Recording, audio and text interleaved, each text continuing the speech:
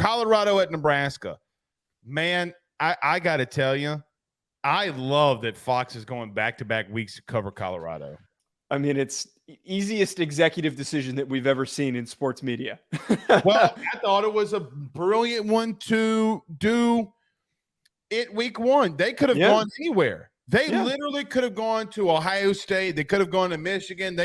They could have gone anywhere, but they picked Colorado and TCU. Now it's Colorado and Nebraska. Joe, I can't believe I'm going to say this. I don't think Nebraska can keep up here. I really just don't think that they have the green grass athletes that can keep up with Nebraska. Now, one thing when we were doing our game prep or show prep for this game that I continuously found myself writing down, how big-headed, I should say, has those Colorado players and staff and everybody around them gotten? And can Deion, after a lot of success in week one, reel them in a little bit to be focused and play a new regime Nebraska team? When you have a team that's young and has a lot of success like that early, they can slip up. I don't think that they do. Right.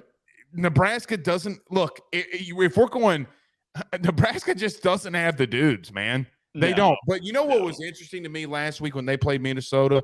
Man, did they play hard and they played tough. They laid it everything out on the line. And even though that game was like 13-10 was the final score in that game, Nebraska defensively was running all over the place. I do think that Colorado's offense is better than Minnesota's. Yeah. But, man, Nebraska could pose a little bit of a different challenge to that Colorado offensive line for sure.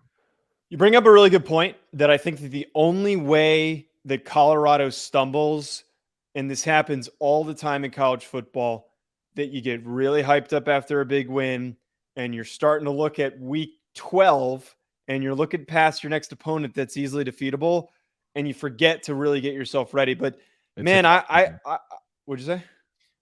I said that out loud. I was saying it in my head. Chris H says, "Where's the game at?" It's in Colorado. No, it's in Colorado. No, you're good. I do think, though, that Coach Prime has proved to us that he is the type of guy that is going to make sure his guys are ready and focused because they were focused against TCU. I will say I regrettably had to rewatch Minnesota versus Nebraska because I do some independent scouting for a scouting agency. I was tasked with watching this. This is one of the worst football games I've ever watched in my life. And I got to be completely honest with you. You hit the nail on the head there. Nebraska, I think that they've got a lot of pride. I think that Matt Rhule is a lot really of pride, good. dude. They fought, but man, they just don't have any like legit athletes. They are, don't. except Jeff Sims. Jeff Sims is a legit athlete. But man, running for his life, man. Travis Hunter might pick that man off 4 times. But here's one thing I will say though. I'm not that I'm over exaggerating. No, I know. But if he throws in Travis Hunter's general direction twice, you ever seen the old guy? He's got like the graph. He's like F up and find out.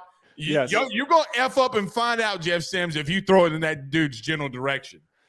Yeah, I really think that this is going to be another step in the way. This is going to be just a step stool for Colorado. But dude, I got to tell you, man, this has to be one of the weirdest stylistic matchups that we could have gotten after watching Colorado do what they did. They run the veer and shoot, which is rapid fire, get the ball out quick, throw the ball in the slot, take some shots when you can, but it's just move. We're going to throw the football.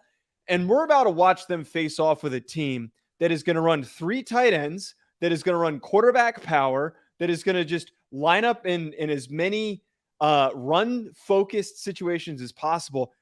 I'm going to say this for any of our betting savvy listeners: don't bet the over-under. This game, I have no goddamn clue how this is going to play out. What is the over-under in that game? I'm going to check that right now on Bet Online. But this is the most chaotic game when it comes to just stylistic matchups because one team can't throw the ball and one can throw it for 600 yards if they wanted to. I do wonder how Colorado's going to respond after success. But on the flip side of that, I wonder how Matt Rhule can rally his troops to get the guys ready this week. You know, look, they were on the road week 1, but you know what's so wild about this matchup too? Joe, one coach could be 2-0 and the other 0-2, and they're both in their first 2 games at their new programs. Talk about a completely different shift in momentum. Here's the crazy thing for me though. Did you see this stat about Nebraska? They are 2-14 since 2021 in 1-score games. Let me say that again. The University of Nebraska is 2-14 in 1-score games since 2021. Why do I have a very stinky feeling, or just something in my gut tells me, hey man, they found ways to keep it to 1-score games against everybody. This might be a 1-score game, and Colorado pulls it out. But how – I got to admit this too. I feel so bad for the Nebraska fan base. Yeah. For you to be that close to winning that many games, Joe, and not being able to do it. Joe, they lost. Here's the crazy thing. Like, look at their schedule a year ago. They are 1 score away from being Northwestern, the worst team in college football a year ago, without question. And then they go through a Big Ten schedule, and they're able to keep up with everybody else, and they cannot find ways to win. Dude, the funniest part, though, and I guess it's kind of mean that I'm saying this is funny, it couldn't happen to the more nicer people. Wait, let me rephrase that. It's happening to the nicest people in college football. I had Nebraska nice things about DMs about 6 months ago, and I had never been trash talked so nicely a day in my life. They were like, I hope your mother and them have a really bad day. And I'm like, okay. I'm like, oh my God. And then one guy sent me polite. One guy sent me like a picture with like 4 corns, 4 things of corn that have been like cut in half, and the middle one's like up to give me like the corn middle finger. And I'm like, stop. Oh my God. Stop. Yes. And I told the guy, I was like, I can never pick you in another game when you have a fan base that sends me that kind of stuff. I think it was Matt, my co-host Matt Sims, who said that when he played against Nebraska, he was legitimately stunned by how polite they are. It is extremely weird. It is.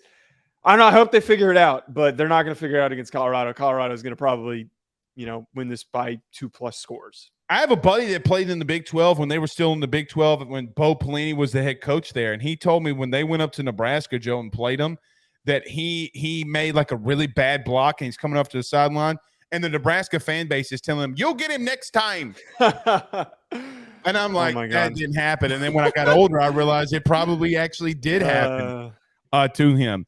So we'll get to their picks on that one. So you feel like this one can be lopsided? Why do I feel that like Nebraska just somehow, some way stupid finds a way to keep it close? Well, that was kind of what I was getting at earlier. I feel like there's a possibility that they drag Colorado down to their level. But if we're being realistic, with all the points that they just put up, all the speed that they had, even if this is close, they're going to score a couple late touchdowns that just pulls this thing away. Nebraska doesn't have the receivers that if this requires a last-second drive or 2, they can't move the ball quickly enough for that. You're probably right. Yeah. You're probably right.